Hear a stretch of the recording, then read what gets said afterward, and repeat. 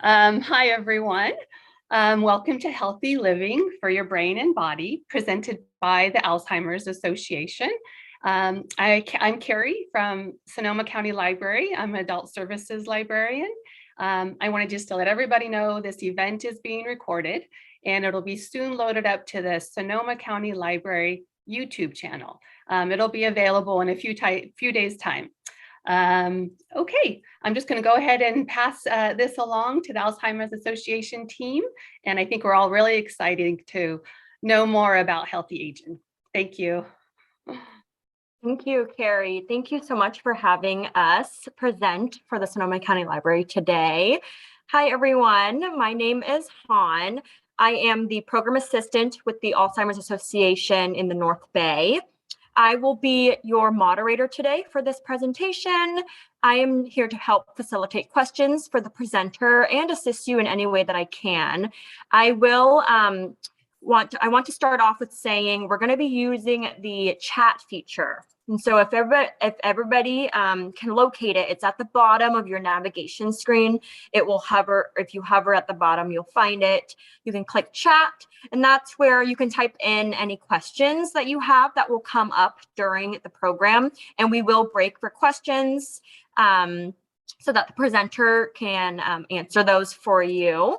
And then we also ask for everyone to just keep your microphone muted. You can keep your camera on because I'll spotlight the presenter, but we just ask for your microphone muted just to help limit any distractions. But again, thank you so much for letting us present today. And so now I'm going to hand this out off to Deepa, who will be our presenter. Okay, so everyone can hear me well? Yes. Okay, cool. So I am Deepa Bhaumik. Today's presenter for the Alzheimer's Association. I'm going to present you Healthy Living for Your Brain and Body. A little bit about myself. So I'm actually a scientist at the Buck Institute for Research on Aging in Novato, California. I don't know if you all are familiar with the place. If you haven't, then of course, right now all tours are closed, but we do have a tour every Thursday. You know, hopefully soon everything will open up and you guys can come for a tour. It's a beautiful place to work. You know, it's like it's beautiful. We do good work too. So I would highly encourage you all to come for a trip. Okay, so coming back to Healthy Living for Your Brain and Body. So this program is designed to offer you research-based recommendations about taking care of our brain and our body as we age. And how I like to say is, how do we age in a graceful way, aging gracefully. This program is basically intended for healthy individuals who are looking for ways to age well. If you have concerns about your memory, or if you have Alzheimer's disease or dementia, please contact the Alzheimer's Association to speak with someone and find out about other programs that are. Okay.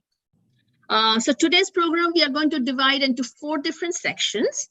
And these are the physical health and exercise. These are just part of the healthy living. With physical health and exercise, I'm going to talk about diet and nutrition, cognitive activity, and social engagement. We are going to spend some time on each of these facts.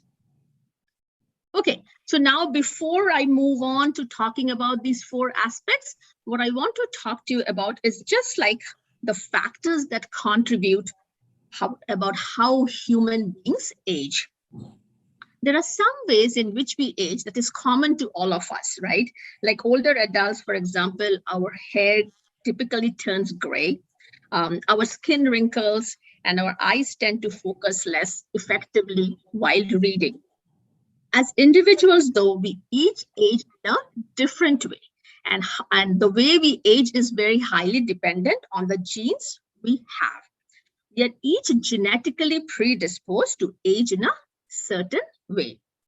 For example, some families tend to live a really long time, aging well into their 90s. Other families tend to develop diseases, and that may limit their lifespan. However, to keep in mind, there are some aspects of aging over which we do have control. These aspects of aging include the lifestyle or environmental factors. And even in families with genetic predispositions towards particular conditions, there are lifestyle and environmental changes that may alter the course of those conditions significantly. So just to keep in mind that lifestyle choices, that environment does play a role in how we age in a healthy way. Okay, so let's talk a little bit about the brain. So the brain is basically the control center of the entire body. It controls all our bodily functions, including our thoughts, our movements, our emotions. There are approximately 100 billion nerve cells. They are also known as the neurons. So what happens is these neurons actually form like connections like the branches of a tree through which electrochemical signals are sent. And this network is responsible actually for forming our thoughts, our memories, and our emotions. So what happens is Alzheimer's disease progressively destroys actually these brain cells as it moves throughout the brain, affecting more and more function as it progresses. Let's look at the heart and the brain connection. We've known for years what is good for the body, or what is good for the body is also good for the brain. Now science is able to tell us why that is. Much of the body-brain connection is due to the fact that the brain is nourished by the body's richest network of blood vessels. The oxygen and other elements are delivered to the brain through the body, through this network of blood vessels.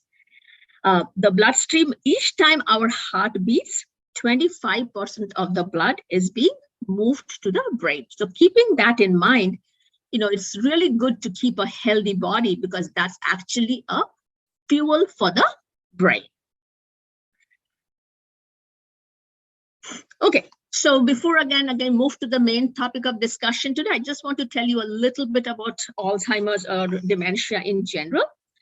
As we age, there are changes that takes place in our bodies and also our brains. Many of them are expected to be age-related changes, such as some decline in the way our brain processes information. In addition, however, there are some diseases that are more common as we age, and some of these impact our brain function. Alzheimer's disease and other dementia results when the brain is compromised in some specific ways. There are habits that help maintain or potentially improve overall health as we age. These habits may also keep your brain healthy as you age. So like I said, I'm going to talk a little bit more in details about dementia. So dementia is basically a general term that is caused by many different diseases. Each of these diseases have a different symptom.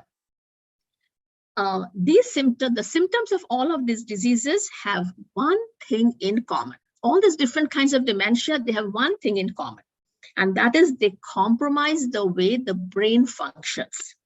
And what happens is in all of this dementia thing, what happens is there's a decline in memory or other brain functions that are noticeable enough to affect our everyday life. Although dementia and the diseases under this umbrella term are kind of a part of aging, because as we age, the risk of dementia and Alzheimer's increases, but we have to know that this is not a normal part of aging. Otherwise, everyone would have had this disease. So the most common form of dementia is the Alzheimer's disease, accounting for 60 to 80% of the cases. Some of the risk for dementia includes, like we see, age, genetics, head injury, cardiovascular factors, and fewer years of formal education. And I'm going to discuss more of this as we move on. There are therapies for Alzheimer's can treat symptoms for a time, but they cannot prevent or even slow the disease. Though recently, I guess most of you know, there is a drug in the market that has been approved, but there is still a lot of controversy around that drug too. Okay, so that brings us to our main topic of discussion today, the 4 aspects of healthy aging that we are going to discuss: the physical health and exercise, diet and nutrition, cognitive activity, and social engagement. So what I'm going to start off with is physical health and exercise. And as I move through all these 4 aspects, what I want to say is, emphasize is, do what you enjoy. I think as if we do something that we enjoy, then we can continue doing it. Make gradual changes and start now, regardless of your age. So that is very, very important. The physical activity. So there are quite a bit of research in the areas of how physical activity affects brain health. Many studies indicate that engaging in physical activity is associated with a lower risk of cognitive decline. Some evidence suggests that, and cognitive decline is a part of Alzheimer's disease. Some evidence suggests that exercise may directly benefit brain cells by increasing blood and oxygen flow, and by reducing other dementia risk factors such as high blood pressure, diabetes, and also high cholesterol. And I'm sure most of you exercise and somehow know also how important exercise is. But I just really want to emphasize that, it's like physical exercise. The most important thing is to move, basically. We don't have to go to a vigorous state of exercise always, but to keep the body moving. And what happens is, even we study at the Buck too, when you do some physical exercise, the body releases different kinds of proteins, different kind of small molecules that actually grows to the brain, and it is helpful for the brain function. And as we know, there is not really one recipe that works for everyone. So it's like whatever works best for you, that is what you keep doing. It's surprising how you can easily build up habits of just taking 15 to 20 minutes out of your day to go down, hit the treadmill, and just do it. Just do it. Just get on it, put my headphones on, and just walk at a nice brisk pace for myself, build up a quick heartbeat, quick sweat, and it's amazing how quickly I can go from 15 minutes to 20 minutes. And then over time, 30 minutes, and over time, 40 minutes. Before you know it, you're up to 45 minutes of walking, and even at a higher incline and also at a higher pace. And again, it's all about incorporating habits in the choices that we make. So here Woodley talks about kind of doing basically exercise. What you do is, how can we make it a habit, like a routine of our everyday routine, that okay, we incorporate some exercise every day. So the most important recommendation is to be as active as you can. And what I want to tell you is, it's not always important that we do the treadmill or we do the bike or everything bike. And also, especially, we know that for the last 2 years, most of the gyms have been closed or they have restricted admission, and it's been difficult, right? So walking is, I would say, a really good exercise. And I feel walking is good also because, when you're walking mostly with a friend. And I'm going to talk about the social connection later. And also you're walking in the nature. And I do feel that Mother Nature always has a healing power on us. So walking is a very good exercise. Then we can think of gardening, just like in the picture here, you're seeing someone raking the leaves. I think that's another very good exercise too. I'm just going to read a little bit about, what I just pulled this out from the National Institute of Aging, and they have some recommendations, and they talk mainly about 4 different things. The endurance exercises, which is like brisk walking or jogging, yard work, dancing, swimming, biking, climbing stairs or hills, playing tennis. And some of these, like dancing, I feel like dancing is like a really good exercise, and it actually covers three of the aspects actually of what I'm talking today. Like, it's a physical exercise, it involves cognitive activity, and it's also a social connection, because you're actually when you're dancing, you probably are going out with someone and dancing or taking a dance class. Same thing with the brisk walking or jogging, and then climbing stairs. Wherever possible, do try to climb the stairs and not take the elevator. When you're at a grocery store, try to park your car a little bit further away from the grocery store so that you have a little bit of a walk there, going up there and then coming back to your car. We have actually at the Buck a scientist who is actually a geriatrician also at UCSF. And what John recommends is kind of, even for some reason, if you are admitted to the hospital, and if your condition permits, then what you should do is just not lie on the bed all the time and maybe just walk around a little bit. So these are the different things you can do. And also like these exercises like dancing, swimming, they kind of gets your heart rate up too. And cardiovascular activity is also a very, very important thing. So I talked about endurance, and then the strength, like the one that is recommended by NIA. So that is endurance, and then strength. Strength building is kind of, if you are using some weights, so that's that builds up strong muscles. Keeping your muscles strong can help with your balance and prevent falls and fall-related injuries. Some people call using weight to improve your muscle strength is strength training. The next thing is that they recommend is balance. Balance is like really good. The balance, even like they say, has an impact. I've seen like papers that show that having a good balance kind of might delay. There is not like a direct proof, might delay Alzheimer's disease. Balance exercise helps prevent falls, a common problem in older adults that can have serious consequences. Many lower body strength exercises also will improve your balance. Like what they say is Tai Chi. Tai Chi is a very good moving meditation that involves shifting the body slowly, gently, and precisely while breathing deeply. And another thing that they recommend also is try maybe standing on one foot, like on 30 seconds, or maybe start off low and just start with that. And the last one is the flexibility exercise for older adults is stretching. Stretching can improve your flexibility. And here I would say, if possible, try to do some yoga classes, just any yoga. There's so many options available online too. Yoga classes are really good. And the good thing about yoga classes also is it puts you into a meditative state. And mindful meditation, I found an article the other day.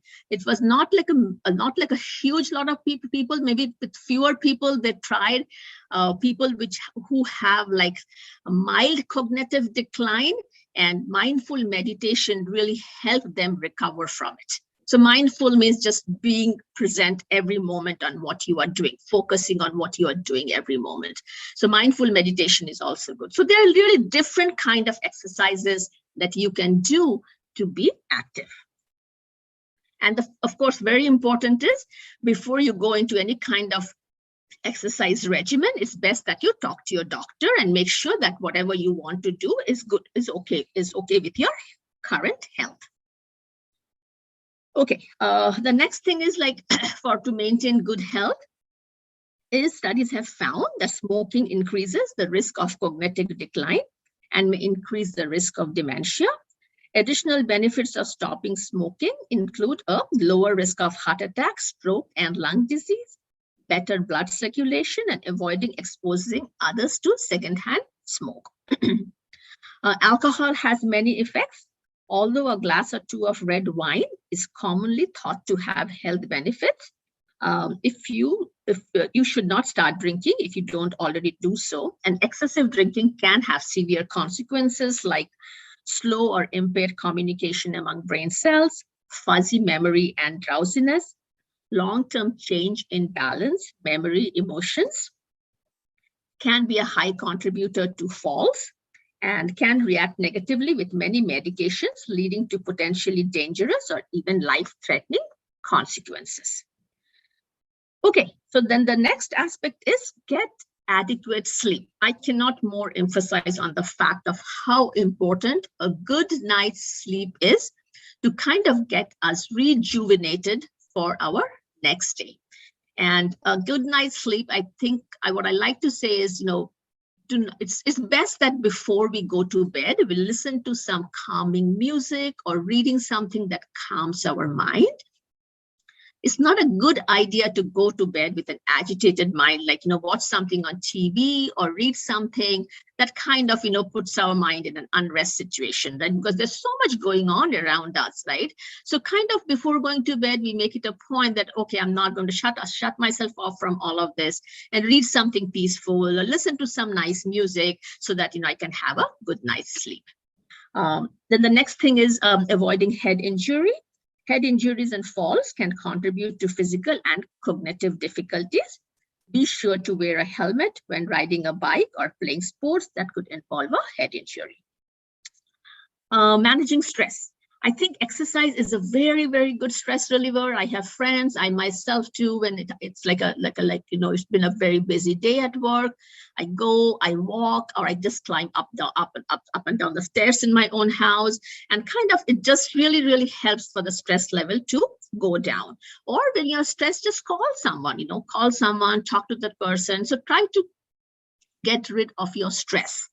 And if you think that, no, you're still very stressed, it's always good to have some professional help. And the same thing with depression too. And the best thing that we can do as we are aging is to visit our doctor regularly. So if you go to a doctor regularly, then, you have all your lab work done, your testing done, and you know what is going on with your body, your doctor advises you. So to have a good primary care physician and then visit the doctor is a very, very important thing.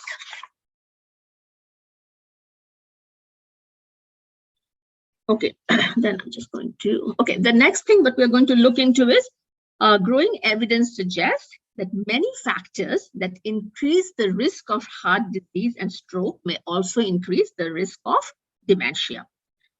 These include high blood pressure, blood sugar, weight, and then our cholesterol.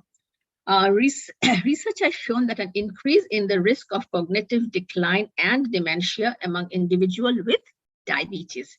Although there is no direct connection, there's still any research has shown that, but there is a relationship between those who have diabetes and those who get dementia eventually. So best is to keep our blood sugar levels under control.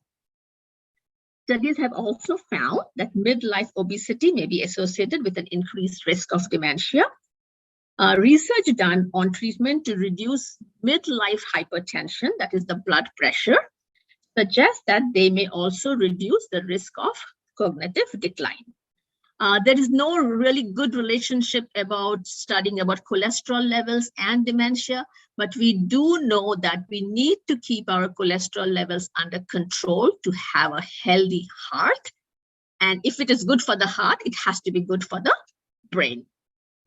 So basically, it's like I said, just visiting the doctor. So getting our lab tests done on these numbers, like, okay, what's my blood pressure? What is my blood sugar level? Kind of as we age to kind of, monitor them kind of regularly. So I have it I go to the doctor pretty every 6 months or once a year. I try to get all the levels measured. And if there is a difference, why was this high or why is this low? And then consult back with your doctor. And usually doctors are pretty good here to kind of, get back to us if they see some numbers. My doctor is really good. If she sees some numbers, which is low or something, she immediately contacts me and she tells me, okay, Deepa, you need to adjust this thing here, or you need to adjust your lifestyle here. So I think so then, I'm keeping a pretty good check of what all these levels are. So I think that's really, really important for all of us. The next is kind of, there's so many over-the-counter, okay. There's so many over-the-counter drugs available to keep in mind that, if there's so many going, hang on, I think I missed something. Oh, no. Okay. So we come back here to diet and nutrition. So that's all about physical activity and exercise. If you guys have any questions here about physical health and exercise, I'll be happy to take.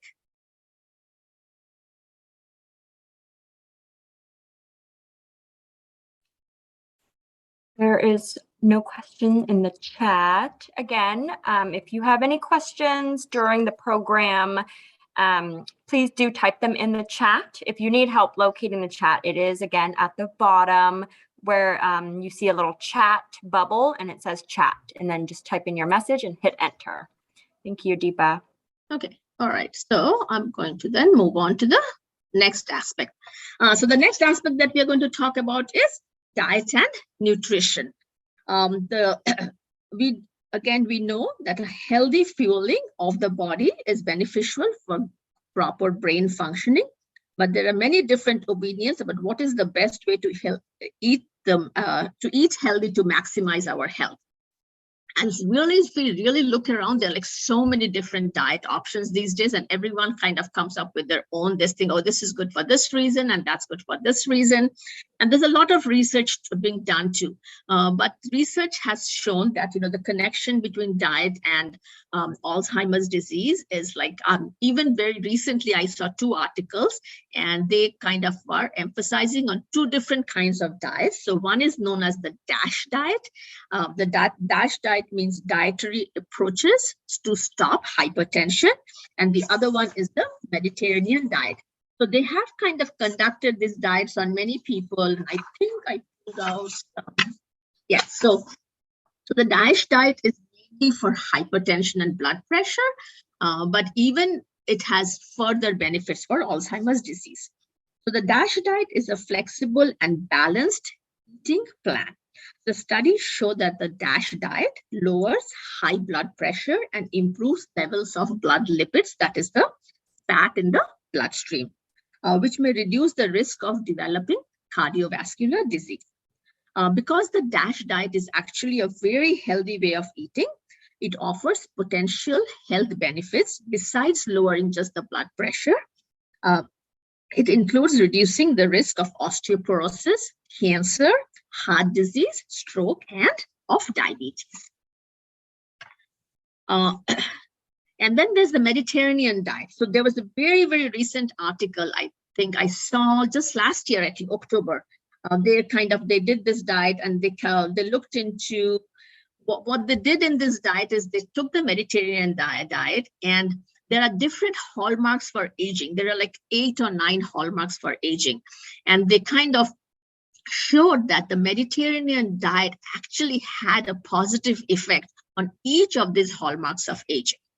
So it's kind of, so you can see how so basically like all the hallmarks of aging, the 9 hallmarks of aging that the Mediterranean diet had a positive effect on each of those diets. And a research analysis of more than 1.5 million healthy adults demonstrated that following a Mediterranean diet could reduce the risk of death from heart disease and cancer, and reduce the incidence of Parkinson's and Alzheimer's disease. It's never too late to adopt a heart-healthy diet. Studies show that making these changes even later in life may benefit your brain health.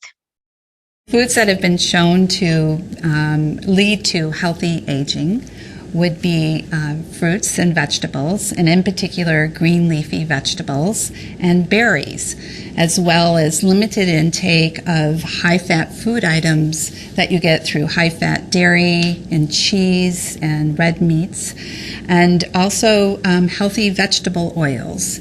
So this would be olive oil would be a good example, have been shown to reduce your risk of heart disease as well as dementia. Okay, so what Dr. Martha Stewart here has to say is that, basically the Mediterranean diet is based on lean meat, and it's a very plant-based diet. Even doctors these days are emphasizing so much on vegetables. So if you look into the left-hand column over here, like we talk about vegetables actually gives us so much nutrition. There is all the vitamins in it, and there is all these minerals that we need. Then fruits are good because fruits like apples, pears, they give us fiber, which we need in our food.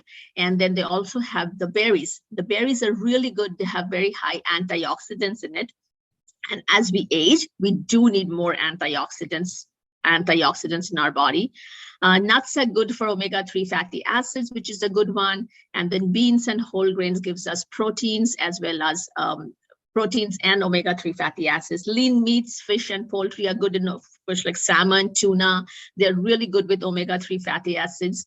And so which we need for the body, and it's good. And oils like I think olive oil is good. Olive oil is good, and also avocado oil. These days we get to buy avocado oil, and that's good. And to some extent, coconut oil also is good. And if you look at the food on the right side, it's all like the saturated food, and then the processed food, and then high sugar content food, which we know is not good. Processed food is not that great. And deep fried food and unhealthy fast food. But of course, if we look, if we compare these two sides, so the food on the left-hand column is all the boring food mostly. And the food on the right-hand side looks like really the good, tasty food. So does that mean we deprive ourselves of all the food on the right-hand side? No. But we do have to limit the portions of how much of processed food we are eating, how much of sugar we are consuming, how much of red meat we are consuming. We do really, really kind of need to pay attention to that and focus on the food, which we see on the left-hand side over here. And I would also like to add a few things here. It's not only the food. Of course, the food is very important, right? What we are eating. I think it's like, I have to say that my food is mainly focused on what we see on the left-hand side. But at the same time, what I do believe also is, another aspect. The other aspect is like food. When you're cooking your food, don't be distracted. Try to put in, like I say, what I like to say is that food cooked with love, served with love, and consumed with love does have a very good effect on our body. So that I think that's like when we are eating at a table, it's best not to go into agitated conversation, because then you're not focusing on the food, right? We are so focused on the conversation, we're just gulping down our food. So why not kind of food that has been cooked with love? Why don't we kind of, savor the food, enjoy the food that we are eating? And that definitely does have a good effect on our body. The other thing is right after dinner, it's best that we don't move from the dining table chair to the sofa and just sit in front of the TV. It's best if we kind of walk for a few minutes before we kind of, go up and down. Maybe just walk inside the house before we kind of settle down on the couch. Another thing that's becoming very popular that is called, that even we study in the labs, is called intermittent fasting. So what is intermittent fasting? Intermittent fasting is basically, it's a very kind of a strict diet, which we don't have to follow that strictly. It's like 8 hours you eat and 16 hours you don't eat, kind of a thing for 16 hours. But what is important is, like, if you finish your dinner at 7 o'clock, before you go to bed at 9 or 10, it's best if we don't go for the small piece of dessert or a small piece of something, because that is not the best thing to do. If we can put a gap, say if you finish your dinner at 7 o'clock and then maybe have your breakfast at 7 or 8 the next morning. So 12 hours just drinking water, and there is no calorie intake in the body. And I think this diet is becoming very, very popular. It does help. I myself do the 16 and 8, not really following very rigidly the 16 and 8. I kind of do between 14 to 16 hours of fasting, and then the rest of the time I can eat. So I think it does help. It does help in a lot of ways, the intermittent fasting. Even if you can do just for 12 hours, that would definitely help. And it is becoming a very popular diet too, actually, the intermittent fasting. Okay, so now the next step is just to remember, because, when you are eating a lot of veggies and all, you're already having a pretty good intake of different kinds of vitamins and iron. So you really don't need that extra pills that we go and buy from from CVS or whatever the pharmacy stores. The reason is because a lot of these drugs are actually not FDA approved. So, you don't need to be FDA approved to come into the market. And you don't know what it is really that you're having. But so what is the best thing to do is, like, if you're something like maybe you need a supplement for something and the food is not enough. That is why, again, having everything checked is so important. So then your doctor will tell you, right, okay, you are like like the other day, I had some things checked, my mineral levels checked, and my doctor sent me an email, and she says, Deepa, you need a supplement for this. And she gave me the name of the supplement that I needed it. So I think that's absolutely okay when your doctor gives you, but it's not, I think it's the best not for us to go to the pharmacy store and pick up a supplement and say, okay, I'm just going to take this. So always is good to consult the doctor. All right, so the next thing that we're going to, so we've finished talking about physical health and exercise. We've talked about diet and nutrition. The next thing that we are going to talk about is cognitive activity. So what is cognitive activity? Cognitive activity is the term used for keeping our minds active, keeping our brains active.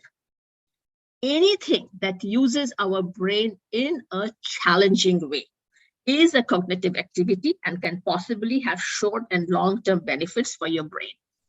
So they're talking a lot about cognitive activity. As we, what actually happens, like I talked about the brain having like 1,000 neuronal cells, right? And this connections between this network is there through which electrochemical signals are passing. So as we use our mind and in new and challenging ways, your brain actually begins to form and nourish new pathways for connection among brain cells. And this is very, very important to have these new connections to be made. The more pathways you have, the more nimble your brain is and better able you are to guard against the effects of injuries or diseases that may compromise brain functioning. Studies have been done in which some people engaged in cognitive activity by playing games or reading material that was challenging for them. It was found that those who kept their brains active in these ways could recall information that was recently learned much better than those who hadn't involved in any of these activities. And research has shown that engaging in formal education, a classroom-based educational, any stage of life will help keep your brain healthy and can protect your brain from developing dementia. It's just because it's a simple thing, right? When you're learning something new, you're using your brain cells and your brain is working. And so new connections are being made. And that is just keeping your brain active and helping you. One of the most interesting factors is cognitive stimulating activities, which basically for us just means mental processing of information. It can be from a book, it can be from the radio, it can be a magazine, it can be from a lecture, it can actually be from watching TV. All of these things require processing information. And the old adage of, use it or lose it is actually something that turns out, at least from the observational data, to look like it's true. So numerous studies now have shown that being more engaged in cognitively stimulating activities is actually good for maintaining cognition. And it's true in late life, and it's true in early life. And so what we recommend is that you start early, and if you're already late, start now.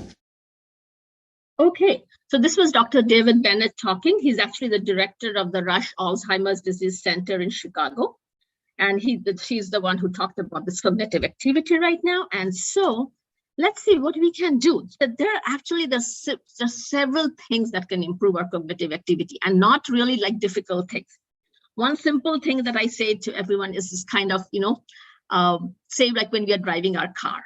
And, my brain is programmed in such a way that I'll take the highway and then I know exactly which exit to take to go to my house, right? And I don't even have to think, I automatically take the exit. So even the simple things like I don't take the same exit to home every day. Maybe I change my route to it, right? And I take a different exit. Maybe I just take the previous exit to home, and that will also help, right? Because my brain is kind of suddenly like it's not programmed then, right? Because I'm taking a different exit. And then like GPS, having the maps in the cars these days, of course, it's so helpful, right? It takes us anywhere we want to go.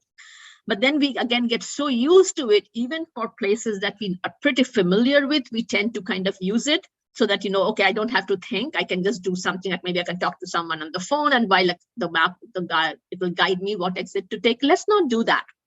So that we are kind of cautious about, okay, now I have to make a turn here, or I have to go here. So that's, again, kind of very simple way of using our brains. And then in the first step, I said, go walking, right? So when we are taking our walks, something very simple thing to do. When you're going for a walk, maybe trying to remember the name of the streets that we are crossing. And then after I come back home, we try to think, okay, which are the streets did we go to? Where did we make the turn? So simple things, but we are using those brain cells to kind of form new connections. So, and then otherwise, again, and then other things to do would be like putting a piece of furniture together, trying a new cooking technique, picking up new skills or hobbies, like how about like some pottery, or kind of trying to learn doing some painting, reading books. And reading books and different articles that challenges or inspires us is really good. And also when we read books, it's not like those regular fiction books, which are easy reads. And of course, easy reads are good, kind of, right? Those are relaxing books. But try to read books that make us really think, kind of, you read the book and then, I don't know, I recently read this book called, I think, Sapiens. It's a very difficult book, I thought, Sapiens. But what it made me do was I could not just read it continuously, right? I had to stop. I had to think what the author was saying. And so that made me kind of stop and think. And so I was using my brain cells, right? So similarly, books, articles, and also like what Dr. David Bennett said, kind of any TV show also, right? That kind of makes you think, right? Then also like not use the calculator all the time, kind of do some mental calculation, try to remember the lyrics of a song. So these are all fun things to do, but kind of using your brain cells, playing word games, kind of, words, there's so many different word games, playing Sudoku. And again, like when I'm talking about that, like puzzles, like not those puzzles that you can solve easily, the puzzles that get us really stumped. Okay, now how do I solve this? What's my next move going to be? Or putting a nice puzzle together, kind of finding the small pieces. That actually finding that is a good one too, because that puts you in a meditative state, in a focused state that is also good for you. And then again, playing games like chess or bridge, because you have to find out those challenging moves for your partner. So anything like that, whatever you think is challenging you, your brain are very good things to do. And then the last thing that I'm going to talk about is engaging in ongoing learning. These days with the internet, we have so many options of so many courses are offered through different sites. Like, I don't know if you're familiar with something called Coursera. Coursera is a really, really good website where, you get a lot of free courses. Pick up a course of interest to you. It could be anything. There are quite a few free courses. Sometimes Stanford, Harvard, they also offer free courses, or kind of not very, maybe for a nominal fee, you can kind of take up new courses and learn something new, just for your interest, and that definitely will help in the cognitive activity of your brain.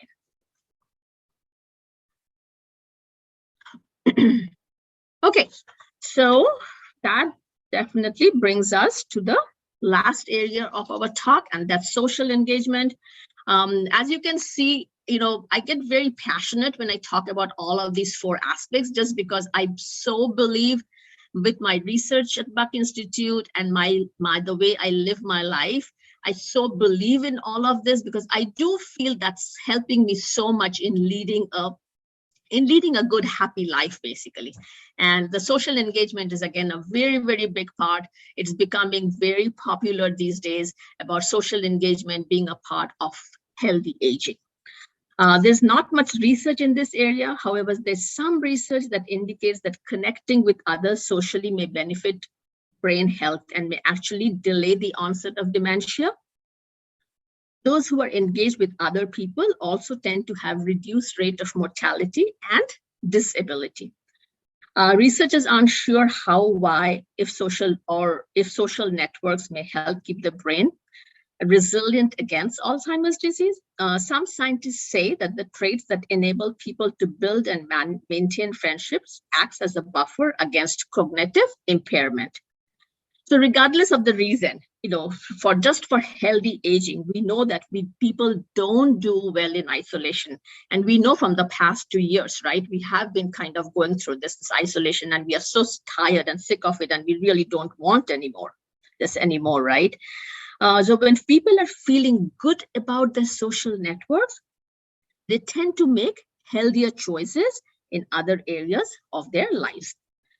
There are a variety of ways that you can connect with others. So, this list, like I can just give probably a whole 1 hour talk about social engagement. Is just like, because I so believe in it and I practice it myself too. Things like that would be kind of like visiting with friends and family. Like, there are like, call a friend when you want to talk to your friend. Don't always wait for your friend to call you. Say if you want to talk to someone, maybe your friend is very busy, or your family member, someone is busy. So I know we all have a very busy lifestyle these days, but it's so important to find the time and connect with people. So I left my home country, India, so long back, but I'm in touch with all my, I wouldn't say all, but I am in touch with so many of my school friends, so many of my college friends, and of course my family. So I do have to put an effort to do that, but I really, really enjoy that too. And then engaging with others, have a social network, and then, have like, there are so many like this meetup groups, and then book club. Say if you have a book club, then that's what's the good about book club is your book club is like you are engaging in a cognitive activity, and at the same time, you're having a social connection. Dancing, right? So dancing is also like, like I said, physical exercise, cognitive activity for dancing, because you have to remember those steps when you're dancing, and you're dancing with a friend, right? So that's again a social connection over there. And then the other thing is like staying involved in the community, like volunteering outside the home. And I'm a big, one of my passions is volunteering. So I do volunteer at different places, like this community education talk I'm doing is volunteering with Alzheimer's. I volunteer a series community kitchen where I go every Tuesday and helping cooking for 2 hours. And just to remember, when we volunteer, when we are involved in the community, it's like, it's not that we are just helping someone else. I think the first person to benefit from volunteering is ourselves, because that gives us joy, that gives us happiness. And keeping ourselves happy and joyful, that's, I think, again, that helps us really age in a graceful way. So there are like really, really different kinds of activities that we can pursue. Even doing something simple for our neighbor, that's something simple too. Like my neighbor, Linda and George, like George, I know he just loves the bread that I make in the bread machine. So, it's like once in a while I'll make a bread and take for him, and he'll just be like so happy, and the smile just like that makes my day when he's so happy with the bread that I give him. And it did not take too much effort on my part, So being in and I do feel that in some way we all are connected. So helping others, being there for others, connecting with others definitely has a good impact on our health. What is important is also always pursue the activities that are meaningful to you. These will provide the greatest connection with those around you and will keep you engaged. And to top this all, I would say one thing is find a purpose in life. This is just so important. A purpose in life, an activity or connection that gives your life a sense of meaning. What makes you wake up every day? Kind of why do you get out of bed every day? And I don't know if Han has the list of books about this.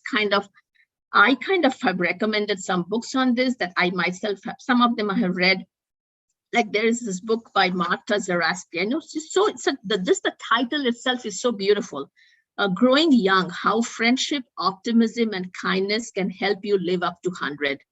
And she says these are soft drivers are fun. They make life better, not just for you, but for people around you. Next is another Vivek Murthy, who is right now the Surgeon General of the present Biden government. Last year, January, he came out with a book called Together: The Healing Power of Human Connection in a Sometimes Lonely World. Beautiful book, just beautiful book. The way he explains kindness and how you can be for each other and the social connection. And another book is called Ikigai: The Japanese Secret of a Long, Happy Life. And they talk about this small place in Japan called Okinawa. where people live really long and their secret to their happiness. And that's the book, that's Ikigai, like they say, what makes you jump out of bed every morning. Then very recently this year, there's a book called by Lisa Miller. She's in the Mind and Body Institute at New York. She came out with this book called Awakened Brain. This is actually also talking about the scientifically, basically, like when you do all the social connections, when you're out in the community, how the brain cells work. And this is a very interesting thing that I found recently about this scientist, neurosurgeon at Stanford. His name is James Doty, and he runs a center called Center for Compassion and Altruism, Research and Education at Stanford University. He works with scientists from a number of disciplines examining the neural basis for compassion altruism. So see, basically, as what I'm trying to say here is also like all the social connections and everything together, they do have an impact on our brain too. Just like they have also shown this, that meditation has an impact on our brain. So the more we can do all this, the better we are helping ourselves for a healthy aging. Okay, so now putting all these 4 pieces together of cognitive activity, physical health and exercise, and then diet and nutrition and social engagement. So I've talked about all the 4 aspects of this. And so if we can combine activities that kind of puts in all 4 together, that's the best way then kind of to reap the maximum benefit of a single kind of activity. Recently, at the Alzheimer's Association International Conference, there was a study reported of the results of a large clinical trial that was done in the Scandinavian countries. And in this trial, they took half the people in the trial and they adjusted their exercise level, their diet, their social engagement, and their mental stimulation. They developed programs for each one of those variables, changed all of those for the people that were in the test group, and the control group just lived as they had been. There is a tremendous benefit to doing studies where we make changes and observe after the fact. That's a much stronger study than just observing people and trying to make judgments after life has changed for them. To my mind, one of the things that this has done is it's changed the force of recommendation that we might make around the benefit of these interventions for prevention of Alzheimer's disease or for brain health. And the fact is that I think it's moved it from possibly exercise, diet adjustments, social engagement, mental stimulation are useful, to probably. And that's a big change and makes it easier for people to make those kinds of adjustments for the benefit of their future health. Okay, so what we can do now is begin today, start small and build, do what you enjoy and stick with it, make healthy choices, make a plan, get support from others, support others, have fun, and like to say that life is beautiful, have fun, enjoy, and make living beautiful. At the end, I was like, again, like just I said before, be a savvy consumer. There's so much in the market. Do not trust everything. Consult trusted, reputable professions, your doctor, your local pharmacist, or even the Alzheimer's Association. Although Alzheimer's Association is a very, very good resourceful center where you can get a lot of information. So to end my talk, I'm just going to give you a brief thing about the Alzheimer's Association. It's a wonderful association. It has lots of free services available around the clock, 365 days a year. The helpline is there, and there are very good specialists there. If you need any help, just call the helpline, and there will be someone for a live chat or someone there to help you. We have different programs, just like this program here. You can see that, there was like free online e-learnings. So basically, if you visit this website, www.alz.org, there are different kinds of things. And as like today's was healthy living for your brain and body. And we also have talks on all these different tiers, 10 warning signs, understanding Alzheimer's and dementia and other stuff too. And then I think I'm just going to, so basically this is all kind of the ALZ.connect is a free online community for everyone affected by Alzheimer's or another dementia, including people living with the disease, caregivers, family members, friends, individuals who have lost someone to Alzheimer's or another dementia. So Alzheimer's Connect, Alzheimer's Navigators. So just if you can visit the alz.org site, it's a vast amount of information over there, and I'm sure you will find the information that you are looking for. Thank you so much for listening, and I'm happy to take any questions. Oh, I have a question. I raised my hand. Okay, sure. Okay, so I was wondering, I mean, the biggest takeaway I get from this is that it's never too late to start. Yes. And pick something that you really love, because that's the way you're going to stick with it. Yes, for sure. And also, I agree with what you said about nature. Nature is as healing as food and exercise. Yes. Ultimately. So yes. The more nature you can get, the better.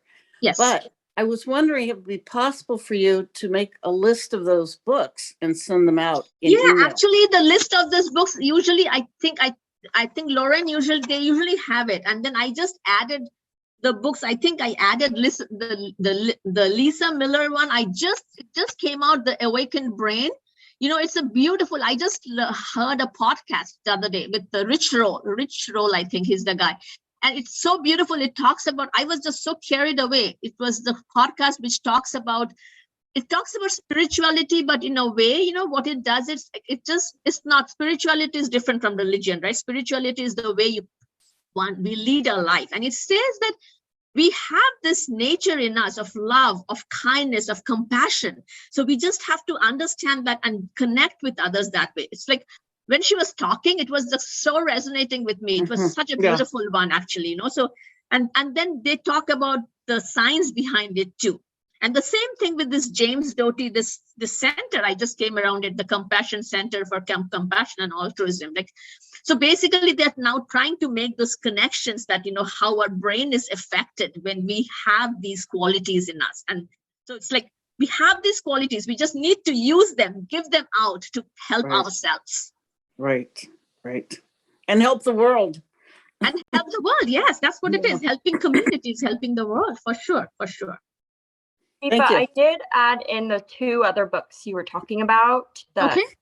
So I think so. If you go to the chat channel, I think maybe you'll see the books there. Yeah, I only put 2 of them though, so I didn't put the last 2 you were talking about just now. The last 2 is just that, you know, because this is all my recent learning, actually.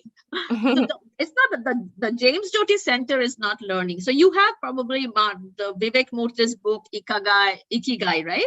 And the yes, Marta I have Zaraska. that one, and then the Growing Young. Yes, the Lisa Miller Marta. is the very recent one.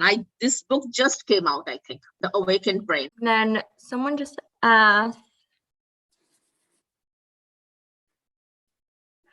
what was the online source that you mentioned for the Coresa? I believe they were saying. They're asking, can you speculate Coursera? Oh, the Coursera, Coursera, Coursera.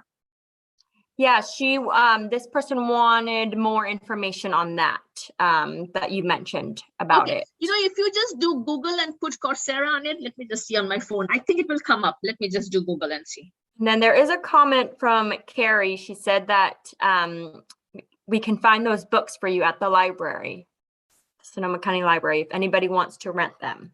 Any other questions? I did get one from earlier. Someone asked, the diet you referred to was called the DASH diet. And I did add a link from our ALZ website about the different ways to adopt a healthy diet. And it does talk about the DASH diet in there, in that link. But if you wanted to give more information on that. I put the site at www.coursera.org. I put it in the chat channel. But thank you again for everyone who are still on with us. Thank you for joining us today. And we will collaborate with the Sonoma County Library again, hopefully. And so thank you so much, Carrie, for this time. Thank you both. Thank you, Deepa and Han. I can't appreciate this any more than I do. It's such a helpful, interesting topic that we all can use. And the Alzheimer's Association is a wonderful resource that I have been using a lot and learning more about. And I can't, thank you guys enough. So yeah, and please continue working with us in a partnership. Sonoma County Library would love to have any more events by the Alzheimer's Association. Thank you. Thank you. You can just tell, right, how I believe in all of this and how passionate I'm about it. It's just when I talk, but I so believe in all of this, and I so try to practice all of this that I talk about. So it just comes from my heart when I talk to you all. Thank you everyone for coming. Yeah, hopefully we see some of familiar faces next time for our next program, but stay tuned. Make sure you, if you do want to look back on this program, the Sonoma County Library will have it uploaded to their YouTube. And I did include a link earlier, which I can include once more. And then we also have these programs as well with our organization, and you can find that on our website or using our community resource finder if you want to take a picture of those links that I had added. But again, thank you, Deepa, so much for this presentation. Sure. And thank you, Carrie, for collaborating with us. And we definitely would like to do more presentations with the Sonoma County Library. So thank you. And thank you everyone for joining us. Thank you. Thank you. Thanks Okay, for bye. joining us. Bye-bye.